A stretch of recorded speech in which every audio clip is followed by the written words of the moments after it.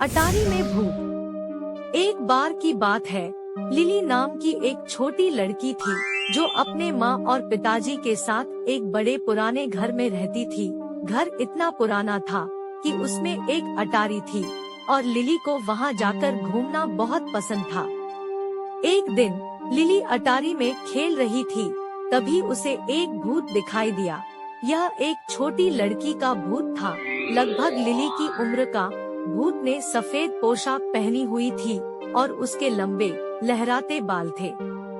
Hello, lily ने कहा। Hello, भूत ने कहा, मेरा नाम एमिली है। आपसे मिलकर अच्छा लगा, एमिली, लिली ने कहा। तुम यहाँ क्या कर रहे हो? मैं खो गई हूँ, एमिली ने कहा। मुझे नीचे जाने का रास्ता नहीं मिल रहा है। चिंता मत करो, लिली ने कहा, मैं तुम्हारी मदद करूँगी।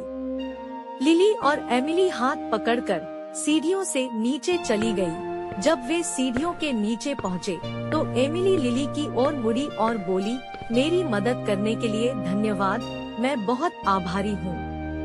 आपका स्वागत है, लिली ने कहा। मैं खुश हूँ कि मैं मदद कर सकी। लिली और एमिली दोस्त बन गई और वे हर समय अटारी में एक साथ खेलते थे। लिली एमिली को उसके स्कूल और उसके दोस्तों के बारे में कहानियाँ सुनाती थी और एमिली लिली को मरने से पहले उसके जीवन के बारे में कहानियाँ सुनाती थी। एमिली ने लिली को बताया कि वह कई साल पहले इस घर में रह चुकी है। जब वह केवल 6 वर्ष की थी, तब सीढ़ियों से गिरकर उसकी मृत्यु हो गई थी। एमिली की आत्मा तभी से घर में फंसी हुई थी। लिली को एमिली के लिए खेद महसूस हुआ। वह जानती थी कि एमिली अकेली होगी। लिली ने फैसला किया कि वह एमिली की मदद करने के लिए हर संभव प्रयास करेगी। लिली ने एमिली को खेलने के लिए किताबें और खिलौने लाना शुरू कर दिया। वह एमिली के लिए खाना और पानी भी लेकर आई। लिली ने एमिली के लिए अटारी में एक बिस्तर भी बनाया। एमिली बहुत खुश थी कि लिली उसकी दोस्त थी। उसने लिली को बताया कि उसका पहले कभी कोई दोस्त नहीं था। एमिली और लिली दिन भर एक साथ खेलते रहते। वे सज-धज कर खेलते थे, कहानियाँ पढ़ते थे और लुका-छिपी खेलते थे। एक दिन लिली की माँ और पिताजी ने उसे बताया कि उन्हें घर बेचना होगा। लिली बहुत परेशान थी। वह अपना घर नहीं छोड़ना चाहती थी और वह एमिली को पीछे नहीं छोड़ना चाहती थी। लिली ने अपने माता पिता को एमिली के बारे में बताया, लेकिन उन्होंने उस पर विश्वास नहीं किया। उन्हें लगा कि लिली सिर्फ कहानियाँ बना रही है। लिली ने अपने माता पिता को एमिली को उनके साथ रहने देने के लिए मनाने की कोशिश की, लेकिन उन्होंने इनकार कर दिया। लिली का दिल टूट गया था। वह नहीं जानती थी कि क्या करना है।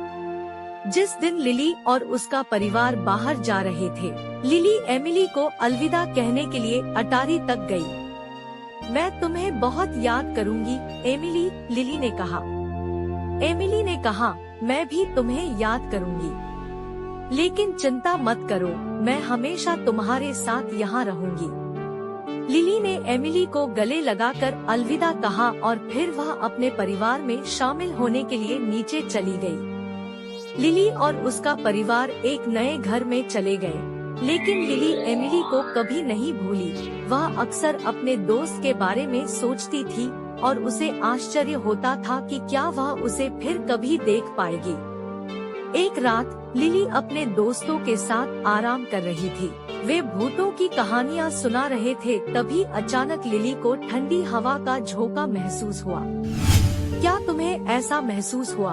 उसने अपने दोस्तों से पूछा। नहीं, उसके दोस्तों ने कहा। यह क्या था?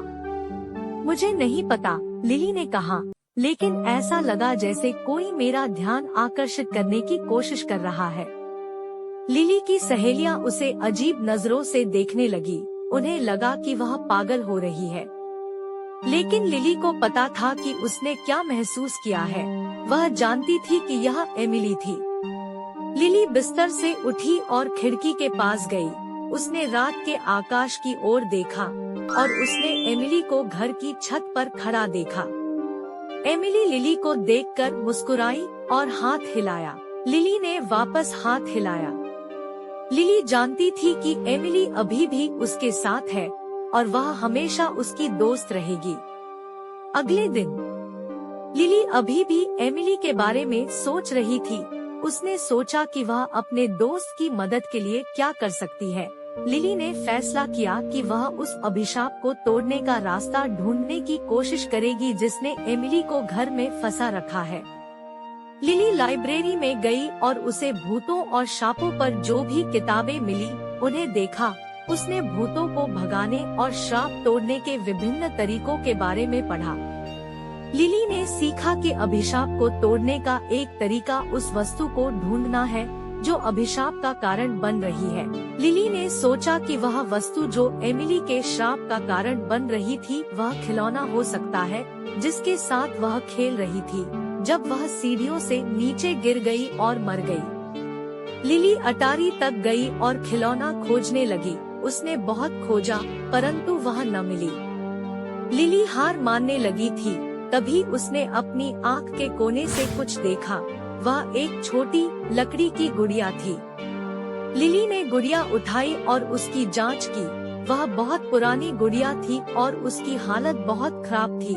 गुड़िया के बाल उलझे हुए थे और उसकी पोशाक फटी हुई और गंदी थी। लिली को पता था कि यह वही गुड़िया होगी जिसके साथ एमिली खेल रही थी जब वह सीढ़ियों से गिर गई और मर गई। लिली ने गुड़िया को अपने सीने से लगा लिया और फुसफुसाई, एमिली, मैं तुम्हारी मदद करने जा रही हूँ। लिली गुड़िया को नीचे ले गई और अपने माता पिता को दिखाया। लिली ने कहा, यह वह गुड़िया है जिसके साथ एमिली मरते समय खेल रही थी। मुझे लगता है कि यह वह वस्तु है जो उसके श्राप का कारण बन रही है। लिली के माता पिता को पहले तो उस पर विश्वास नहीं हुआ, लेकिन अंततः वे उसकी मदद करने के लिए सहमत हो गए। लिली और उसके माता पिता वापस अटारी पर गए और गुड़िया को दफनाने के लिए जगह ढूंढी। उन्होंने एक गहरा गड्ढा खोदा और उस गुड़िया को दफना दिया।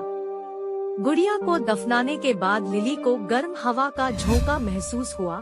वह जानती थी कि एमिली अंततः स्वतंत्र थी।